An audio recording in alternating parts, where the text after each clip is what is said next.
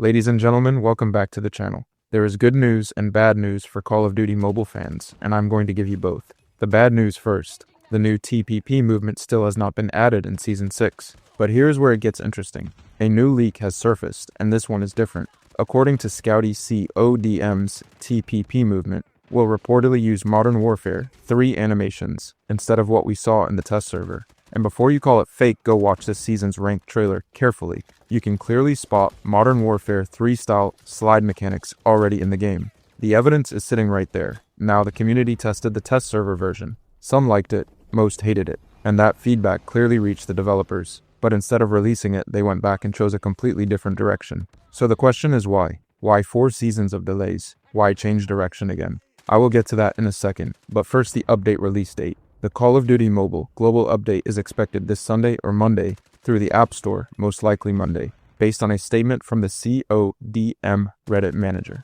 Now a quick note on weapons before we move on. Only the MW11 pistol received a rework this season, and only one new weapon was added. More reworks and new guns are expected in Season 7. The developers are clearly managing workload across seasons, but whether the direction is right is a separate question. And on Operator skins, fans have been asking about Modern Warfare 2 characters like Alejandro Graves and Valeria. The manager confirmed there is no Modern Warfare themed season planned right now, but left the door open for future content. That is a non-answer, but at least it is on record.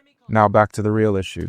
The new TPP movement has been sitting in the test server for 4 seasons. 4. And it still has not shipped. Meanwhile, Mythic Operators, Mythic Weapons, those go live without hesitation. No community vote, no delay. But movement improvements. The one thing that affects every single player in every single match keeps getting pushed. When Warzone Mobile shut down CODM, publicly invited those players to come here. That community came. And now both communities are saying the same things, and the developers still are not moving. So, here is the real question. Are they trying to turn CODM into Warzone Mobile, while being too afraid to fully commit to it? Because if that is the case, then maybe it is better not to upgrade the game at all. Half measures do not improve games. They just confuse the player base and divide the community further. Now let us quickly talk about the P5R collaboration. Players will be able to choose either English or Japanese voice over for the P5R characters. Now let us take a quick look at the bug fixes. A fan asked the manager, "No changes to DMZ, even minor changes?"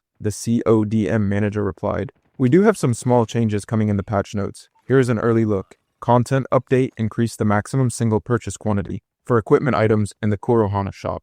Bug fixes. Fixed an issue where soldiers would behave abnormally in certain situations. Fixed an issue where some ladders on Rebirth Island could not properly trigger the climbing action. Fixed an issue where climbing in certain areas of Rebirth Island would cause clipping issues." Now let us talk about the Garena version. A mini update has just dropped for Garena, but it is a small one. So far, only the QXR bug has been fixed. Several bugs are still unresolved. The DRHOTM mag issue remains. The SO1450 round mag 1.8 times headshot multiplier is still broken. The BAL27 high ground grip still shows no stats, and players still cannot select maps in classic modes. These are not minor inconveniences. Some of these directly affect weapon performance in competitive play. The SO14 headshot multiplier bug alone changes how the gun performs in a real fight. The fact that these are still sitting unpatched after a Garena update says something about the current pace of fixes. But there is one more thing from this Garena update worth paying attention to.